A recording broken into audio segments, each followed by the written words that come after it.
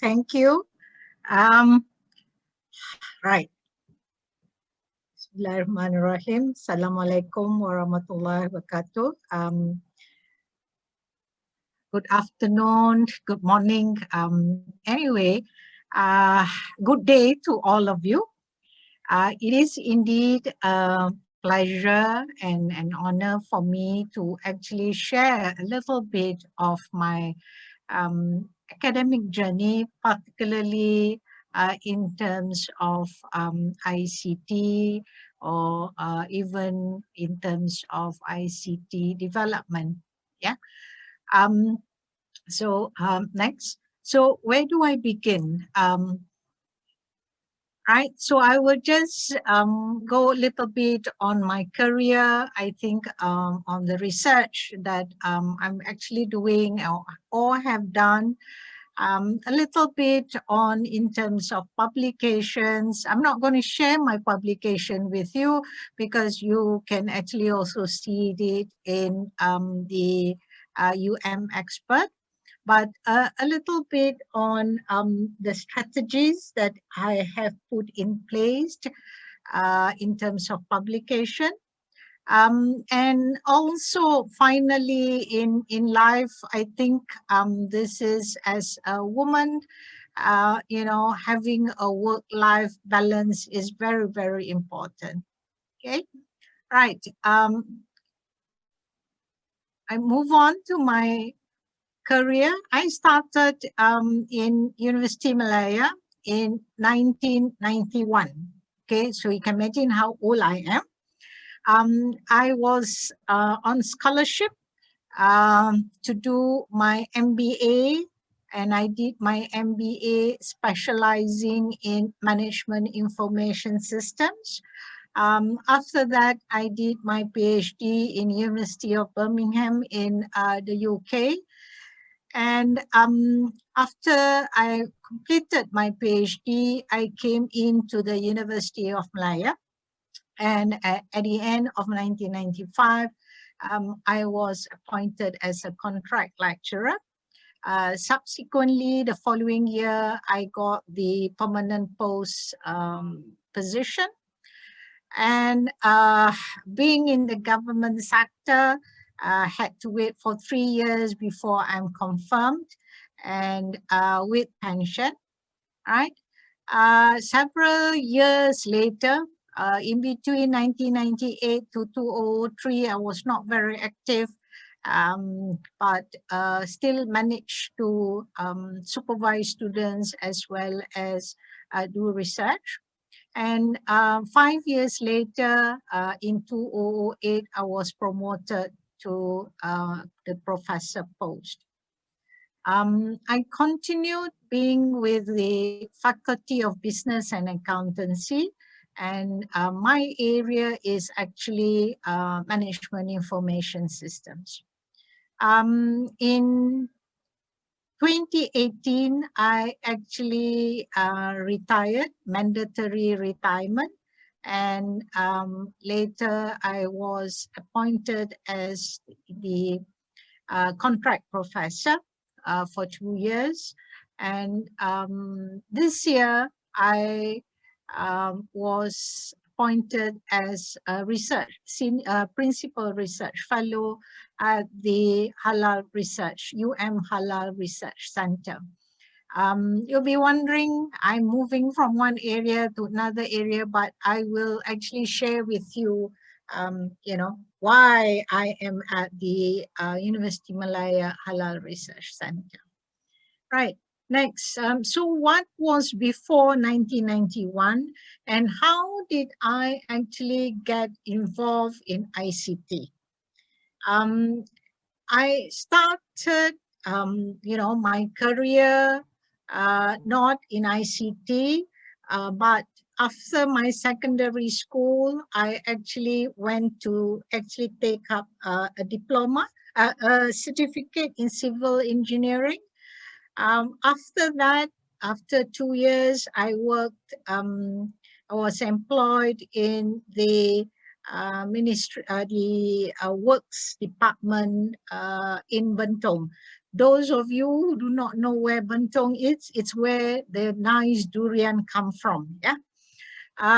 But at that time, which was 40 years ago, um, there were no nice roads from here to from Kuala Lumpur to Bentong and so on. So I was a technician and in construction, and one of the things that I actually looked at is, building. When people are doing construction, I'm the technician. I look and see what they do and so on and so forth. Perhaps I was not used to the culture, uh, and it's male dominated anyway. So I started thinking this is not what I want to do for the rest of my life. So, I had a reflection. This is not where I want to go. I don't want to mix with the contractors. I don't want to have, the culture is different. Yeah.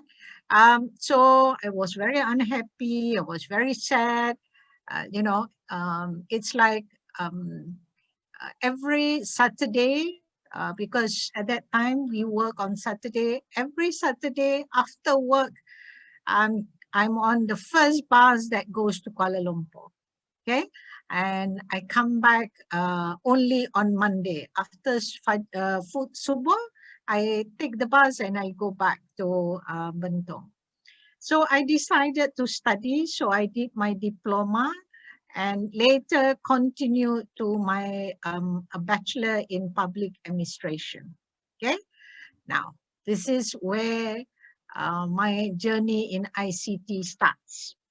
After my graduation, I was offered a job as analyst programmer. It was a company, a joint venture between Pemodalan National Berhad with Swiss Air and IBM.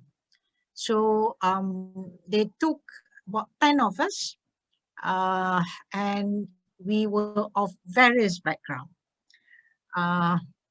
But out of 10, there were 3 of us that do not have computer science background. Nor do I. The only thing that I had on information systems or IT was doing the basic programming during my bachelor degree. So we were thrown into a room. There were 10 of us in that room. We sat all together, and then for the 3 of us, we were given books, we were given manuals, we were given instructions. At that time, the programming language was C, right? C, COBOL, right? So that was the era. So we had to learn, or I had to learn, right? After 3 months of being in that room, they sent us for on-job training. They sent us to our client.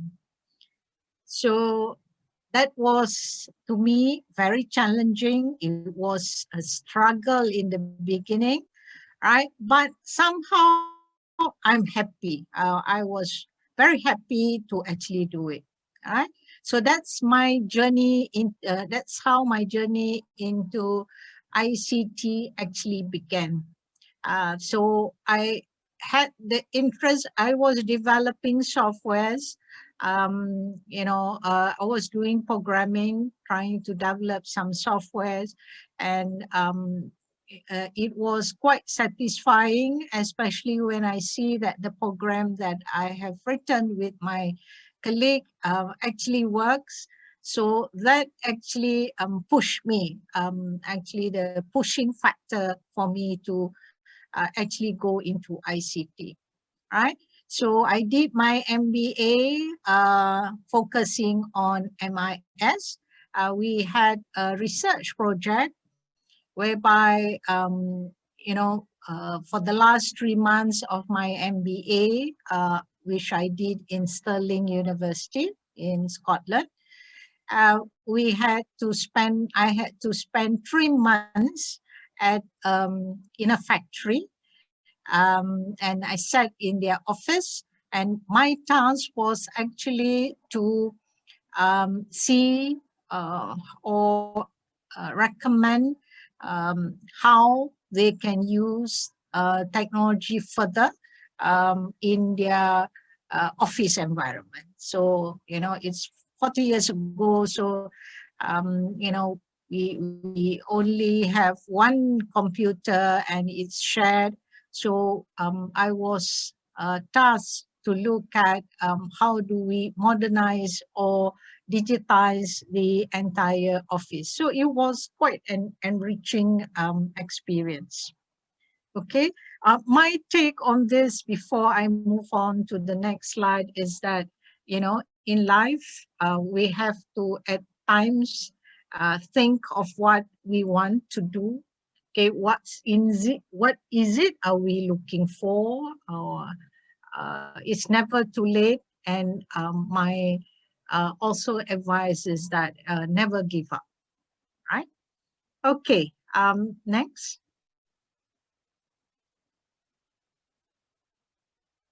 Right. Just to share, I have been doing administrative roles. I've been a coordinator, I've been head of department, deputy dean, dean of business faculty, and then later, after I retired, I became the dean of a research cluster, right? I was also the head of accreditation for the faculty.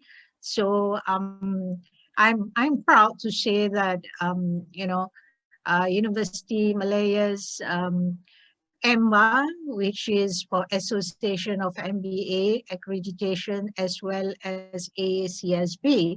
Um, I played a big role in getting those what you call accreditations. Right. I continue to have administrative roles. I, s- I am still a Senate member. I'm also advisor to the Halal Research Center.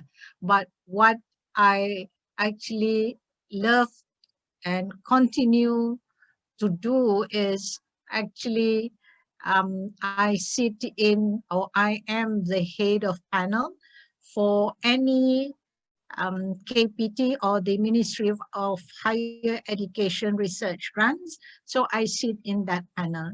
I used to sit also in panels for social science at the ministry level, but I still continue to do so at the university level. And I'm very happy to continue doing it. I'm also, still mentoring, still helping out the young ones, in terms of publication, in terms of writing proposals, in terms of uh, basically looking at even their career and so on. So I have been mentoring, and I'm very happy to do that. And even I'm here also that if you have any one of you would like to have some help, I have no problems in doing so. Right? Okay. Thanks.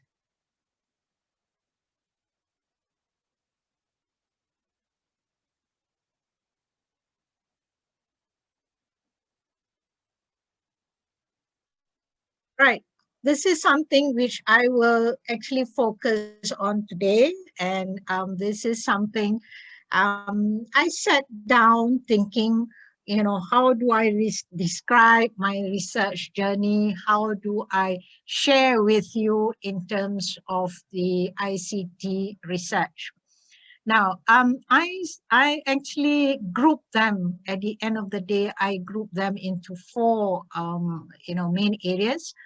One is ICT usage, and I heard from your introductions, quite a number of you are actually looking at ICT usage. The second issue is digital divide when you are doing research on communities and so on. So that would touch actually digital divide. Currently, and also because this is the era of the social media or social networks, so I have been looking into social media. And Also, in any research now in Malaysia, they are talking about impact. So I put it, my fourth area of research is ICT impact. Now, I began my PhD, I did on ICT usage among local authorities in the UK as well as in Malaysia. So I did sort of case studies, but at the end of the day, those what I was looking at that time was in terms of ICT development in these local authorities. What do they use? How they do use? What kind of technologies do they use? How do they process their in terms of their what you call invoices and so on and so forth. So it was more looking at the development. Yeah. So you have to understand this is more than about, more nearly 40 years ago. Yeah. Right. Then in terms of ICT usage along the way, I have looked at e-commerce. I have looked at with my student ERP, enterprise resource planning. I have looked at specific applications. For example, the PTPTN, which is the what you call the facility that actually provides loan to students. I have looked at e-government services that the underprivileged what you call segments of the society have used. What do they use it for? And so on. So I have, I have also looked at ICT usage among SMEs, right? So that those are general ICT usage in terms of development, in terms of infrastructure, and what do they actually, what type of technology they actually use. Moving on, I actually, did a lot of work on digital divide. I group or categorize it as digital divide. I have looked at Pusat Internet Desa. At that time with my PhD student, we actually, I remember those days, there were projects with JICA, right, the Japanese Information Association. So we look at, we went to the rural areas and look at their Pusat Internet Desa or the rural internet centers. We were looking at how these centers were actually used and for bridging the digital divide. Okay. I have also looked at telecenters. In, I think, 2014, we actually did a project on broadband. And this project is whole of Malaysia, and the data was very rich. We collected about 5,000 responses from all over Malaysia, including Sabah and Sarawak. We went in to the areas where the broadband were set up. We actually interviewed the users. Besides that, we also interviewed the surrounding people, the community where the broadband centers were located. We found a lot of what you call discrepancies. We also found that, in some areas, it all actually depends on the person in charge of the center or the place or and also where the broadband facilities were provided. We went to Sabah, Sarawak, and we found that in some areas they are very very active. right? It's full. They have courses, they have classes, which are all conducted by the person in charge. We have been also to some areas where there are no users, right? So when we visited, it's only the person in charge is alone there. So we asked, so we found that who the person in charge is is equally important than just providing the facilities, right? Um, so far, in states like Johor, for example, um, they actually have these broadband centers in what we call balai, in a community hall. So it was very full, and it was, I mean, well received as compared to certain areas which was not well received. Yeah. So we actually looked at it, and we also interviewed the various stakeholders, and we also tried to understand the providers of these systems, and we later understood that there are different providers for different states and so on. And one of the things that I quite like when we did this broadband project, we found that in one state, I think in Johor, what they tried to do was to put the broadband center in the mosque, right? So, that is something which that means they are trying to really bridge the gap between the have and have nots. Yeah. So that is on digital divide.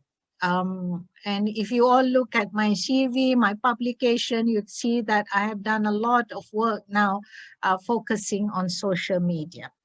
Now, in terms of social media, of course, we look at the impact of social media, and basically the impact of social media usage on performance. Its employees' performance, its organization performance. I have also looked at students' performance. Yeah. From social media, I also, had to learn, because we wanted to give something new. We had to learn sentiment analysis, how to actually extract data, how to actually run sentiment analysis. So we did sentiment analysis, we did consumer confidence index, and we also did big data analysis, whereby we actually look at some postings in Facebook, Twitter, as well as Instagram. And the area that I actually focused on was on halal products and services. So that's why I'm actually at the Halal Center. I am using technology to actually research on the halal services and products. So quite a number of my work lately has been on this.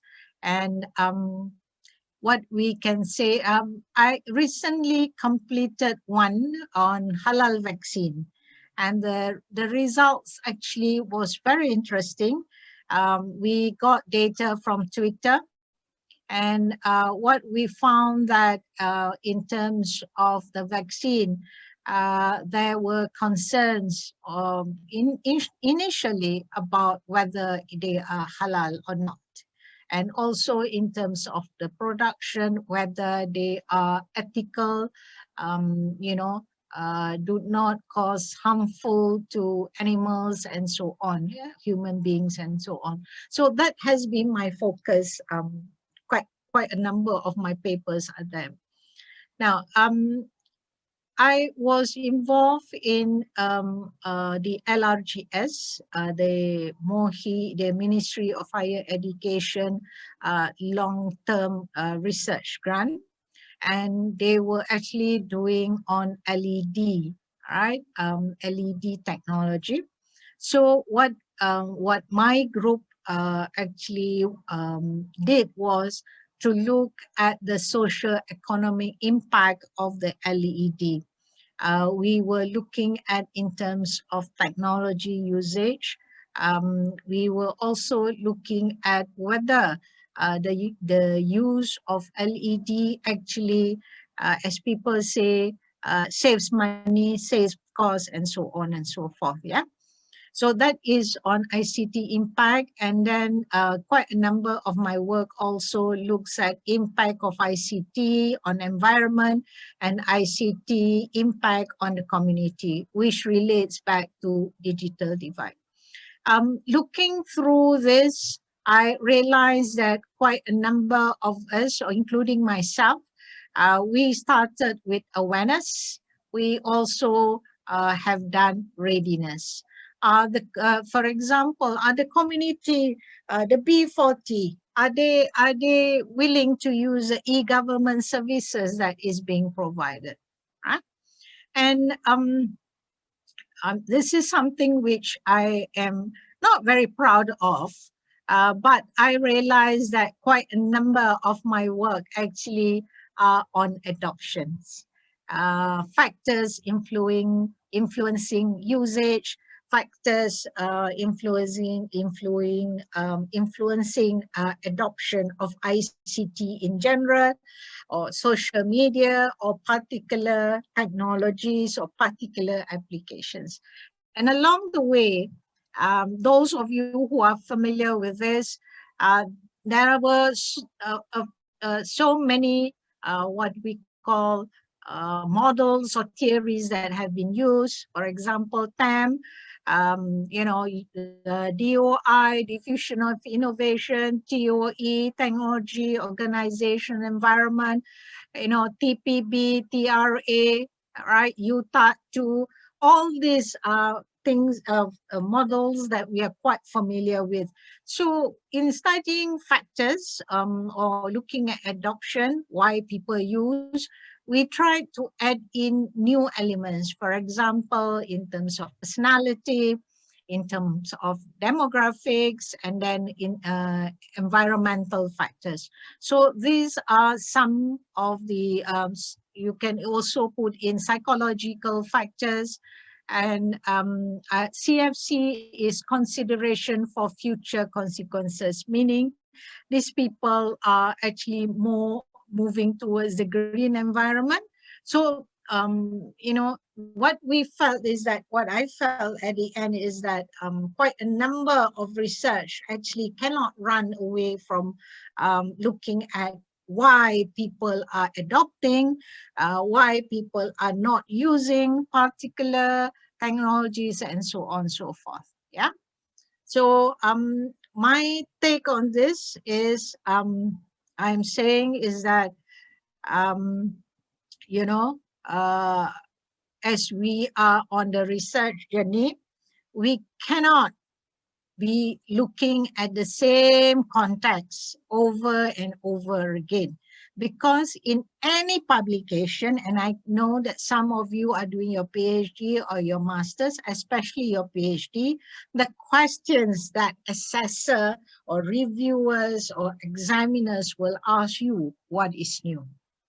Okay, so in our research journey, whatever area that we are looking at the end of the day, we have to answer what's new. So because of that, that's why, as I'm looking at adoption, I'm adding in, if you see most of the publications also, they have used STEM, which is the very basic, 1985.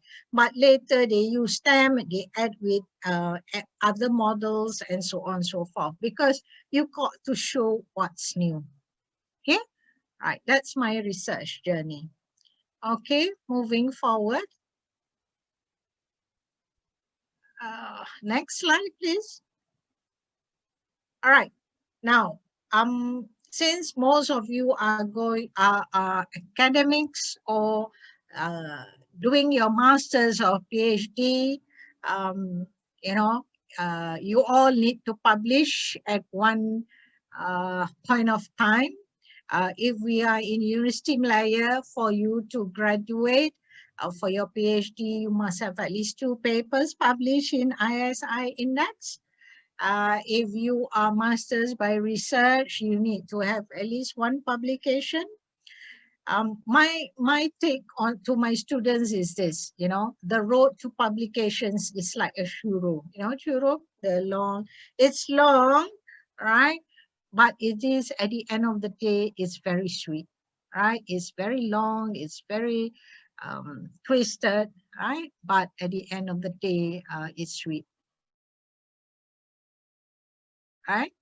So in doing publications or your research, it's like an iceberg. I like to use this analogy because what people see is you published. What people see is you have done this research. What people don't see, I share the sentiment of all the research students here, right? What people don't see is the hard work, is the discipline that have to be put in, is the sacrifices that you have to make, all right? And maybe also if you are doing your PhD, the disappointment after seeing your supervisors, they are not happy with what you have, right? So these are what people don't see, but we, including me, as a researcher and also previously as a PhD student, I understand the process that you go through. Right, next. Next slide. Next slide. My next slide is actually on Wale, next slide. Right. I know on in the box on your right is before that. The sebelum tu, the previous slide. Previous two slides. Okay. It's okay. I go to this one. Now, when you are doing your publication, there are a lot of challenges. The first one, you got to submit. Even following the submission process is very long-winded sometimes. They want you to give what they call reviewers, or they ask you to name reviewers who you don't want to be your reviewer and so on. So after you submit the review process, a minimum of a good journal, high impact, will take 3 months, right? So then you wait. You will get either, you need to do corrections, major or minor, but what I like most is desk reject. Why I like desk reject is because, you send within days, you get saying that your paper is, normally they don't talk about the quality, but they say that it's not in the right scope and so on. We used to joke, among my friends, my colleagues, who has the fastest rejection rate. And we were talking, so one of these lady was saying, oh, the fastest one she get is within 24 hours. All right. So the following day, I got one which I submitted at 12 o'clock or 11 o'clock midnight, and I got a desk reject at 7 o'clock in the morning, right? So, but I'm happy that if it's a desk reject, it's fast, so that I can then submit to other journals, rather than waiting 3 months and then they review and then they come back to you and say your paper is rejected. Okay. Now, I want to share one thing is that when you do your publication and when you get email notification, practice this. Practice a 24-hour gap, meaning you see the email, you saw the initial, you see some of what is written. Stop. Don't go in, don't see. Wait for tomorrow. You are fresh. You are, your mind is clear, only open. Why? Because you won't be, when you open and you read, immediately your reaction will be, why is my paper rejected? Why that fellow say, why does the reviewer says, I don't, the problem statement is not written, the objectives are not there, the methodology is not clear. I have written all those.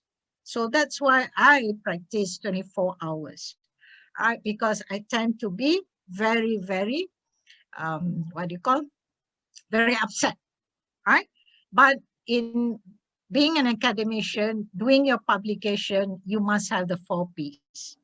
Like marketing, you have the 4 Ps. So for me, I need to have perseverance.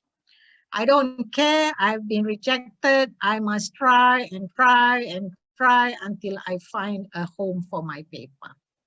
I must have the patience. Okay, the reviewer say I have not written this. Let me look back at my paper. Did I not clearly state the objectives, for example? Persistence. Whatever it is, you must try again and again and never give up. And the last one is placid. Placid means basically not easily upset. Okay, right? This fellow has rejected, it's fine, I'll find a home. So my take in this is that never give up, try as much as possible, and then at the end of the day, you will find a home for your paper or your article. I have instances where I had one paper which in the end, finally, after 2 years, it was published in one particular journal. Okay, we gave up already. We submitted to 7 different places. And every time we submit, they give comments, we add in into the paper. And finally, it was accepted. So don't worry if you feel rejected. Don't start scratching your head. As I said, practice the 24 hours. And when you sleep, you get up, you are fine, you are clear, then look at it again. Right? Okay, next. Next. This perhaps is one of my last slides. Is talking about your work-life balance. People ask me, how do I manage? When my children were younger, were still in schools, I take them for a retreat once a month. I take them to a hotel. I took them to, play park or anywhere. I indulge the family, make them happy. What I do is that they go for activities. I'm in the room doing my work, right? But what's important is at that point of time, meal times are very important, right? Then, we actually, what I practiced was that I only work from the office. Once I come home, my husband says, you're now the mother, you're the wife, so drop everything. So I actually drop everything. However, if there is deadlines or, my students' thesis need to be read and their viva is coming soon and so on. So I do the work actually after they actually sleep. Okay, so these are the sacrifices that we actually have to make.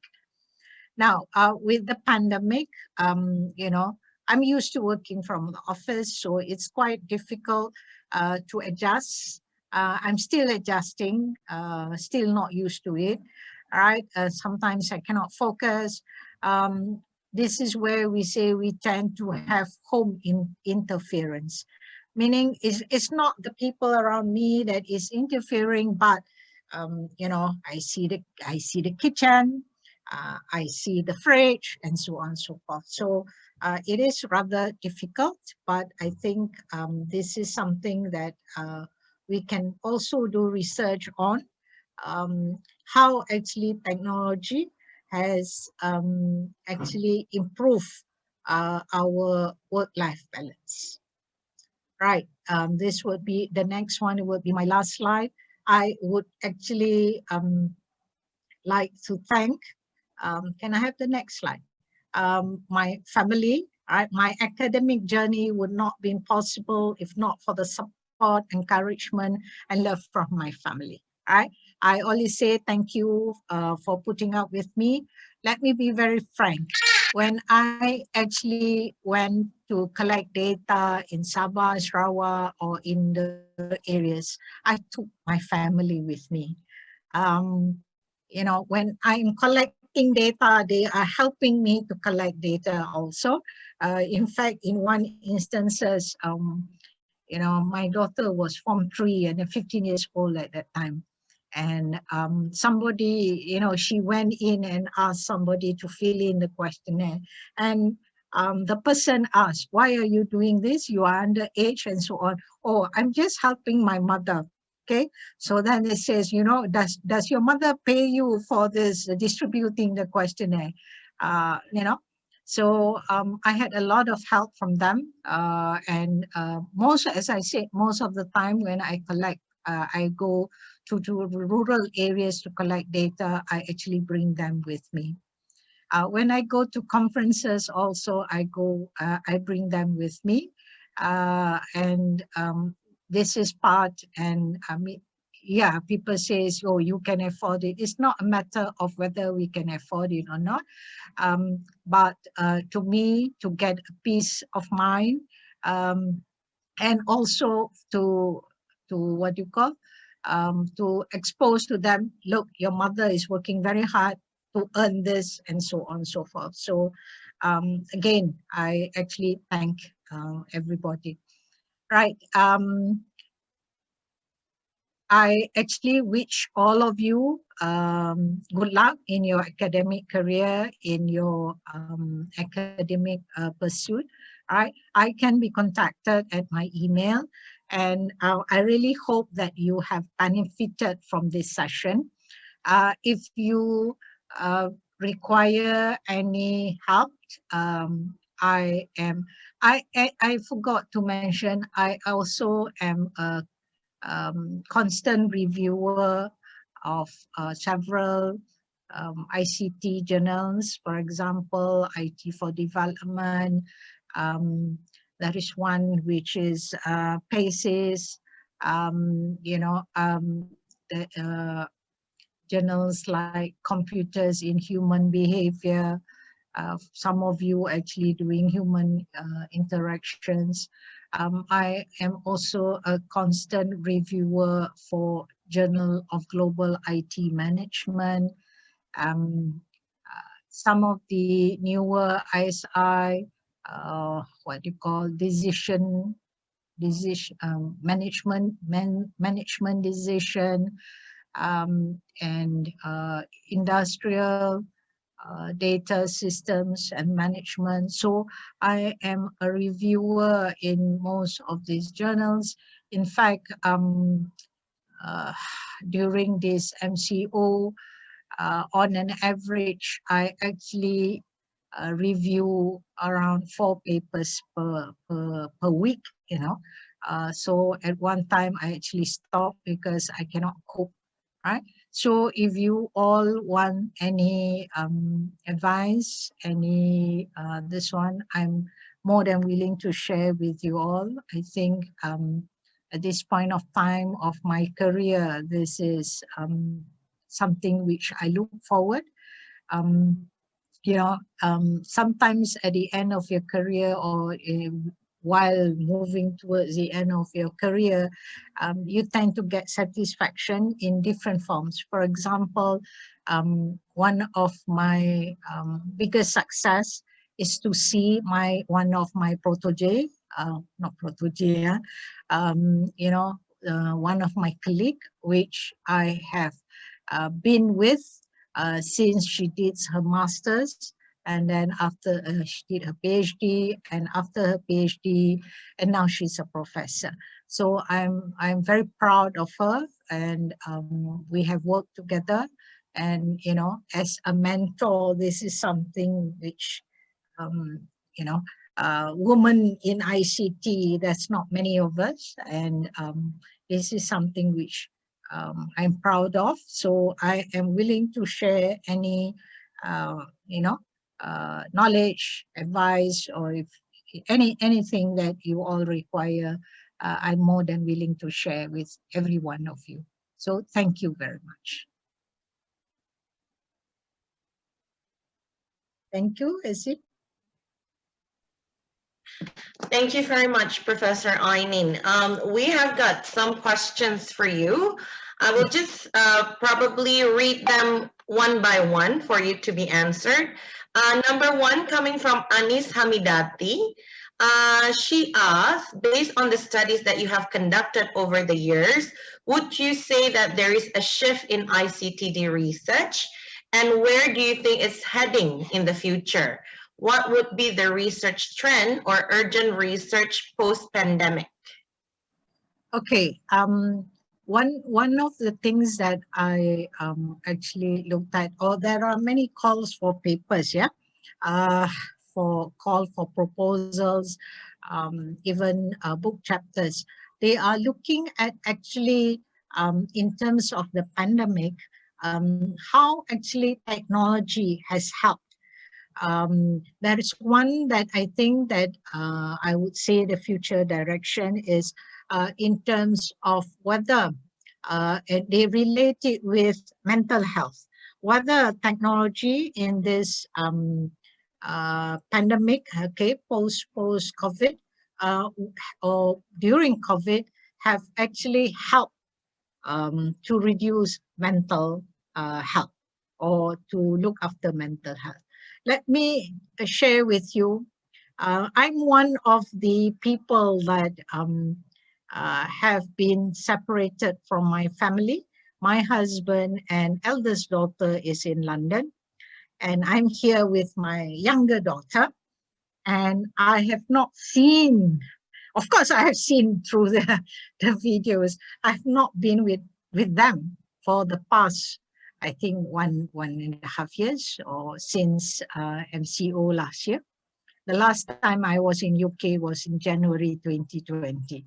And last time my husband came back was in March 2020. So this is an area which I think quite a number of interests. Because now most research, right? Most research now, if you look whether the trend in Malaysia, the trend in UK, all right, the UK sponsored grants, they are all looking at impact. So what is the impact of the technology on the community, on the lifestyle, on the mental health and so on. So to me, moving forward, this is the kind of research that is being done, all right? That is going to take place. Another one is, in terms of big data. That's why I also moved to big data, right? Using big data, you can easily get data from Twitter, from Facebook, and so on. One of the work that I did is actually to find out in terms of vaccine, how do people perceive vaccine, for example, all right? We also looked at, there was one case in terms of the consumer index. How confident are Malaysians in terms of the confidence index, consumer confidence index, and so on. So I think that is the future, right, of research, especially post-pandemic. And I think there are a few calls from even the UK. Recently, there was call for proposals on the post, what do you call, COVID, right? Example also would be one example that you all can look at is in terms of the supply chain, right? So in terms of supply chain, how technology manages the distribution of vaccine, for example, within countries and so on. So that is something which I think moving forward, these are kind of topics that has picked up. Okay, hope I have answered your question. Thank you, Professor Ainin. The next questions comes from Lilia Sim. She asks, you have done so much research on digital divide in Malaysia. May I ask, what are your thoughts on the national digital blueprint in Malaysia? Okay. I have seen the blueprint. In fact, part of my broadband report is actually for MCMC, and it was part of it was actually used. Some of the findings are actually used in the rollout. Now, my say on this is simple.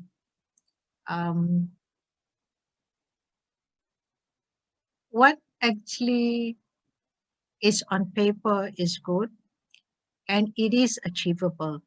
However, when it's being implemented at the various districts or various rural areas, that's the main problem. Because you do not get, if you do not get the right people, the thing won't work. It won't reach the community. Just like what I experienced when I did the broadband project. It is all on the individual, on the person in charge. If that person is very proactive, in some of the centers, we went to more than 100 centers, whole of Malaysia.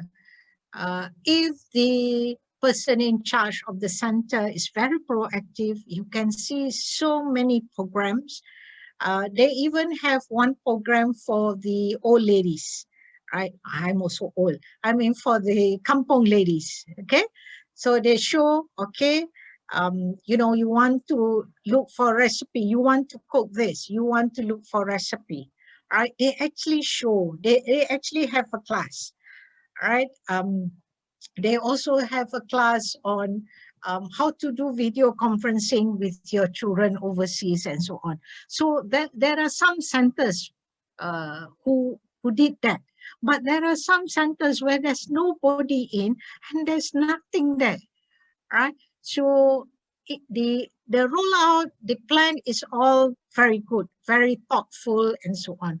But to me, at the end of the day, is the implementation. Who you entrust to implement that project at the various level. Okay? For example, Sarawak, we have the barrio, all right? It is very famous. And, so it works. The tele center, they work, right? They even can sell online products, right? But you go to another center in Kedah, for example, they don't do that, right? So to me, it's all about implementation. Okay? I hope that answers you, Ayla. Thank you. There's like a further questions from Lilia as well, saying that I'm so glad that you brought up these issues on the need to identify the different factors or variables affecting awareness, readiness, usage, and adoption, especially on the part of the local communities. I feel that there is always this assumption on the part of the government that once digital technology and facilities are provided, the grassroots will automatically come on board. What are your views on this as you've been in the government sector for so long? Okay. My view on this is very simple. It is basically, as I said, providing just the infrastructure, providing the computers is just not enough. This is through my observation going around telecenters as well as PIDs and so on.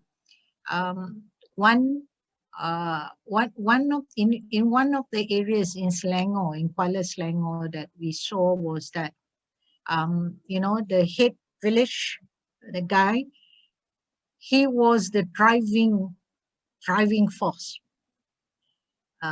he set up, says, okay, you know, if we use this, we can talk to our children. If you use this, you can sell your product. If you do this, you know, if you go and attend the class, we can actually look for ways how to have better soil and so on and so forth.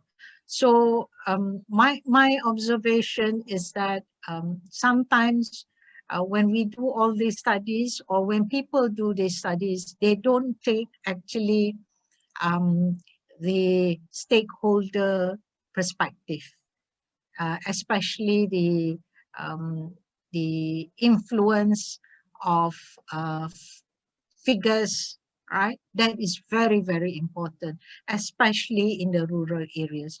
I'll give you an example. In Indonesia, if I'm not mistaken, when they want to have the first person to be vaccinated, they actually go to who, right? It's just like in Malaysia now, what they are doing. When they want to vaccine the orang asli, right? Orang asal, what do? They go to the Tok Batin first, right? So they see, so that these people must play the role, you know. So that factor has never or has seldom be studied together with adoption, studied together with readiness, and so on and so forth. So this, to me, is the stakeholder perspective, which not many people have studied or included in their models or framework when they actually study on usage and so on, readiness and so on. So why are you know, who can make you ready? It's not the government. The government provides you the facilities, but there must be a driving force. I always believe in any of the areas that I visited is the driving force.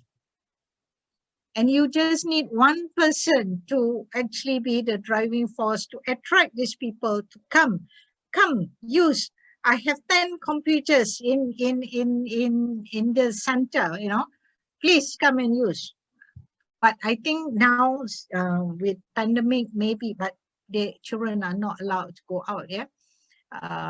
So that is my you know, when you all want to study, those of you who want to come out with new framework, look at the stakeholder perspective in putting your factors in, because you know, we have to admit Malaysia is different. Even within the states in Malaysia is different. In Sabah and Sarawak, even in Kelantan, we receive different reaction when we talk about ICT, or we talk about, look, I'm going to build up a telecenter, you know, so you want to come, right? So I hope I have answered your question. Thank you very much, Professor Ainin Binti Sulaiman, for a very wonderful talk. I mean, for me personally, and I believe to the participants as well, it's not only inspiring, but really encouraging, especially for female emerging researchers like all the participants here today. So once again, thank you very much for that. And Dr. now, Melissa, yes? I would like to ask one question. Okay. Sure, sure. Prof. Ainin, as I said that I have recently finished my PhD, and right now, like, I'll be starting my postdoc career soon. And I haven't yet published many papers from my PhD. I've hardly published 3 papers. 2 I have just recently finished writing, while 2 are still in progress. So being a meaning when I was the PhD findings I have used for justification, the reason, like, you know, to justify and validate the objectives. Sometimes it seems like a repetitive story, though the objectives are different, the motive is different, and overall the entire story is different based on the objective, but using the same findings over and over. So what would you suggest? How should we make sense of this whole, you know? Let me be very frank. In the past, what I have done, you know, in terms of what my PhD students have done in their thesis, we normally actually come up with 3 main papers, 3 very quality papers, or the framework is very strong. And to me, if you want good quality ones, I put it as 3, and then you can have others. What you can do is different objectives can be you can have different objectives and do it as one paper. One objective is one paper, and so on. However, there are also, you know, when you collect data, there are segments of the population that you take. Although some journals do not encourage this, where they call it salami publishing, whereby, you know, but this is what has been done. For example, they actually just take female respondents for one paper, and then they take male respondents for another paper. But within that, the other difference is that they take certain constructs of the model for the female paper, certain constructs of the model for the female paper. So you have 2 different papers. You have to look at the whole thesis as a whole. So how do you ensure that you have what's new and you are not duplicating your work, and it doesn't look like you are slicing your data, right? But that's what normally people actually do in terms of their PhD. You can get 3 good solid papers with solid framework, and then the others may be the lesser tier journals. That's what I always advise my students to do. But look at it holistically first. Okay, what I normally discuss with my students, okay, this is the bigger model. This is what I have. Right, this model may be for female, this model's for males, or this model is for SMEs, right? And I have also collected data on non-SMEs, so I can actually split them also, but with different models. So we have to look at it holistically, and right at the beginning, before you write any papers, look at what you have, and then only you slice them. Okay, I hope that answers your question. Yeah. Thank you so much. Okay.